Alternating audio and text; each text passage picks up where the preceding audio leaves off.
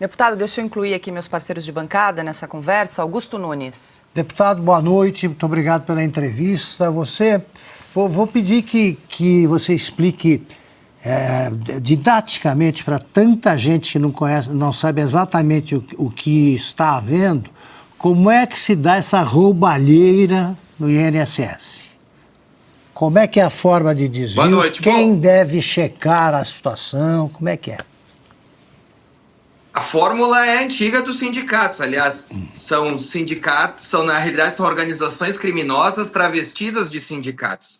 O que acontece? Todo mundo já foi CLT, deve ter tido o desconto daquele dia trabalhado para sustentar sindicato. Depois que isso caiu, se criaram ali taxa de negociação, taxa de um monte de imposto negocial, imposto de tudo que se tem notícia aí é criado para descontar dos trabalhadores.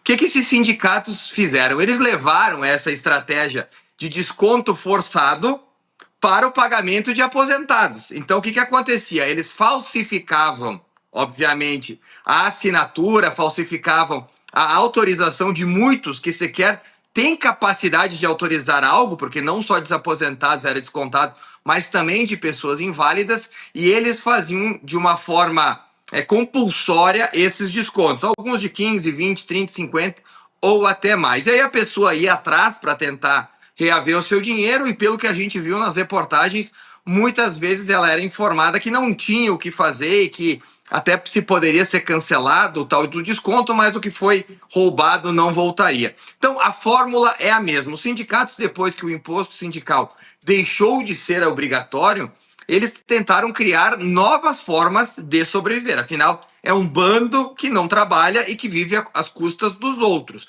E aí o que eles fizeram? Sabendo que estava mais difícil descontar dos trabalhadores, que os trabalhadores estavam mais antenados, eles foram para as pessoas que já estão aposentadas, muitas delas velhinhas, sem aquele conhecimento de tecnologia, sem muitas vezes poderem ir até uma agência do INSS, aonde existem agências, e aí eles descontavam de forma compulsória.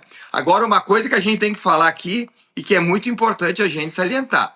Não foram 4, 5 ou 6 pessoas que fizeram esse esquema nessa magnitude. Não está sendo aqui, Augusto, mencionado que um esquema dessa proporção tem muita gente alta na República que fazia parte ou que pelo menos fazia vistas grossas, porque não se some com 6 bilhões de reais do dia para a noite. Isso aqui é um esquema profissional de roubo. Isso aqui não é um batedorzinho de carteira, não. Isso aqui é um esquema que muitos tiveram que fechar os olhos, muitos tiveram que fingir que nada estava acontecendo para que se chegasse a essa tamanha quantia de dinheiro desviado. A gente tem aí já um filho de um ministro que estava advogando para uma dessas entidades, a gente tem o irmão do presidente Lula sendo diretor de uma entidade que teve um crescimento de mais de 500% nos últimos 2 anos, depois que Lula assumiu, nos descontos das pessoas. Então, assim,